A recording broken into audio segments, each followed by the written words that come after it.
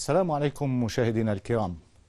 ماذا قصد وزير الخارجية الأمريكي جون كيري عندما تحدث عن دور حزب الله في سوريا ولم ينعته بالإرهابي ودعوته إلى جانب إيران وروسيا إلى وضع حد للحرب في سوريا؟ وهل صحيح أن هذا الكلام أحدث خضة داخلية وذهولا لدى القوى السياسية اللبنانية وتحديدا قوى الرابع عشر من آذار، ورتب جولة توضيحات قام بها السفير الأمريكي في بيروت ديفيد هيل على عدد من القيادات السياسية اللبنانية؟ كيف قرأ حزب الله كلام كيري؟ وهل صحيح أنه كان له قراءتين، واحدة سلبية وأخرى إيجابية؟ كيف يمكن تفسير ما تقدم ربطا بإعادة تحريك عدد من النواب الجمهوريين والديمقراطيين الأمريكيين مشروع قرار حظر التمويل الدولي عن حزب الله في لجنة الشؤون الخارجية في مجلس النواب الأمريكي بعيد ساعات من زيارة كيري لبيروت؟ وهل صحيح ما تردد حول أن زيارة كيري تركزت على ملف الغاز وأمن الجنوب وهدوئه وخطر المنظمات الإرهابية؟ وأين الاستحقاق الرئاسي من زيارة المسؤول الأمريكي؟ وهل لا زال في الثلاجة حتى إشعار آخر؟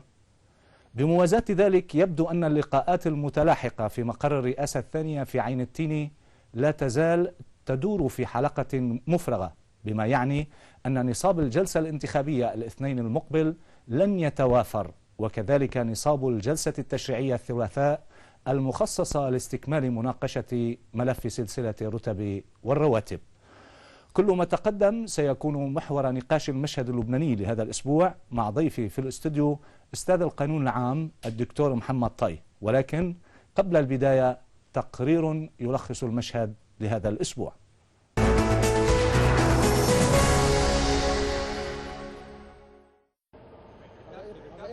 استحوذت زيارة وزير الخارجية الأمريكي جون كيري إلى لبنان على الحيز الأكبر من المشهد السياسي العام في البلاد. حط كيري في بيروت جامعا تناقضات سياسة بلاده التي تتسم بالتردد والميوعة في سلة واحدة.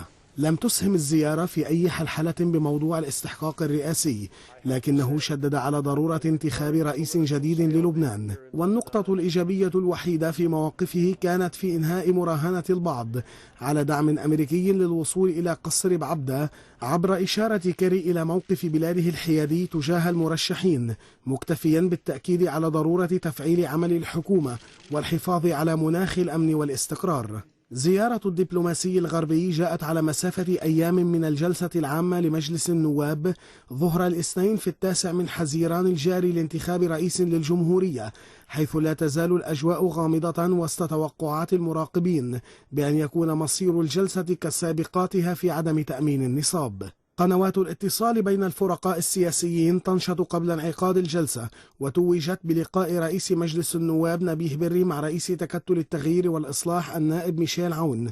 بحث الطرفان مسألة رئاسة الجمهورية ومقاطعة المجلس النيابي، حيث أبدى بري استياءه من موضوع المقاطعة، ووعد عون ببحث موضوع الحضور دون أن يعطي جوابا نهائيا للرئيس بري. وتفاديا لأضرار الشغور في الرئاسة الأولى، جاء لقاء بري مع رئيس الحكومة تمام سلام لوضع بوادر حلحلة لتسيير عمل الحكومة، لكن حركة الاتصالات بقيت بلا بركة، ولم يحدد سلام موعدا لجلسة الحكومة، مما يعني أن لا توافق بعد على آلية اتخاذ القرار في مجلس الوزراء. وأمام المراوحة السياسية بقيت الحركة المطلبية على موقفها بضرورة إقرار سلسلة الرتب والرواتب في الجلسة التشريعية في 10 من حزيران، جلسة يلفها الغموض وسط إصرار بعض الفرقاء على مقاطعة التشريع بغياب رئيس للبلاد، الأمر الذي يشكل تهديدا جديا للعام الدراسي ومقاطعة نهائية من قبل هيئة التنسيق النقابية للامتحانات الرسمية وضياع مستقبل الطلاب.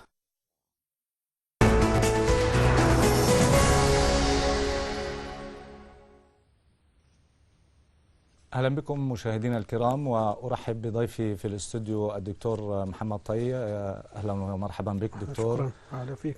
يسعد مساك واهلا وسهلا فيك بالمشهد اللبناني. دكتور، كما استمعنا يعني سنبدا من زياره وزير الخارجيه الامريكي جون كيري المفاجئه، والسؤال البديهي: لماذا برايك في هذا التوقيت بالتزامن مع الانتخابات الرئاسيه السوريه، وما اثير حول هذه الزياره وما يمكن ان يكون قد حمله جون كيري في زيارته الخاطفه الى بيروت؟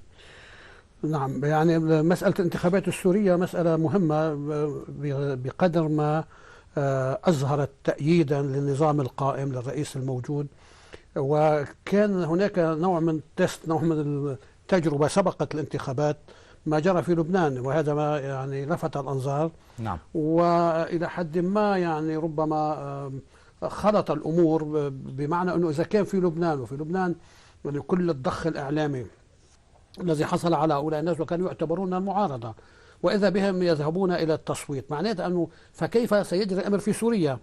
من هنا يعني كان متوقع أن تكون النتيجة الحاسمة التي حصلت أن تكون يعني متوقعة، تكون معروفة مسبقا، إن يعني نظرا لما حصل في لبنان أو للمعلومات الاستخبارية. بتعرف أنه هن موجودين استخباريا في سوريا وفي غير سوريا. زيارة كيري يعني نعم، هل صحيح أتت في هذا طبعا في هذا السياق؟ نعم، في هذا يعني طبيعي أنه في هذا الظرف يعني يحاولون استباق النتائج بشكل أو بآخر، وبالتالي يعني محاولة تشويش على هذه النتائج، محاولة يعني اتهام هذه الانتخابات بأنها مفبركة ومزوهة للصفر كما قال وإلى آخره. يعني هذا كلام ليس منطقيا أولا، وهذا منطق لا يعبر عن الواقع ولا بشكل من الأشكال. يعني أنت ممكن أن يضخم، ممكن أن يقلل الأمر، ممكن أن، ولكن أن يقول أنه هذا لا يعني شيئا، لا يعني شيء الكثير، وهو يعرف أنه يعني شيء الكثير. في الشق اللبناني الداخلي يعني ما قيل عن زيارة كيري أنه تحدث حول نقاط أساسية، هي موضوع ملف الغاز، موضوع يعني تأكيد على دور الحكومة والقيام بدورها، ويعني للحماية الاستقرار، وأيضا مواجهة المجموعات الإرهابية حسب ما تسرب من معلومات. هل فعلا هذه هي النقاط، وهذا يعني بطريقة أو بأخرى أن ملف الاستحقاق الرئاسي موضوع في الثلاجة أو على الرف من الزاوية أو من وجهة النظر الأمريكية؟ يعني ربما لا يكون هذا كل شيء. يعني ممكن أنه من قام مثلا بالتسريب عن قصد طبعا سرب بعض الأمور، ربما بقيت بعض الأمور لم تسرب، بقيت طي الكتمان إلى أن يأتي الوقت الملائم لإعلانها. نعم. بطبيعة الحال هلا مسألة الغاز معروف أنه هناك مشكلة، وهم الأمريكيون يعني لا يريدون مشكلة الآن أن تتفجر في لبنان. يعني هم طبعا يكفي ما يحصل في سوريا، يريدون لبنان هادئا على الأقل في هذه المرحلة الراهنة. من هنا يعني مسألة يعني محاولة معالجة مشكلة الغاز بهدوء، وبالتالي طلب من اللبنانيين وأنه يعني أن يحصل التفاوض حول مسألة الغاز، أن تحل المسألة سلميا، أن يكون هنالك اتفاق على مسألة الغاز. يعني يعرضون بطريقة أو بأخرى، دكتور لو سمحت لي أن أقاطعك، يعرضون وساطة للتدخل مع الجانب الصهيوني لكي تتم تسوية الحدود البحرية؟ هم قاموا بهذا الأمر سابقا، يعني قاموا بهذا الأمر طبعا. يعني طبعا لبنان تمسك بحقه في هذا المجال، يعني معلوماتنا أنه تمسك بحقه.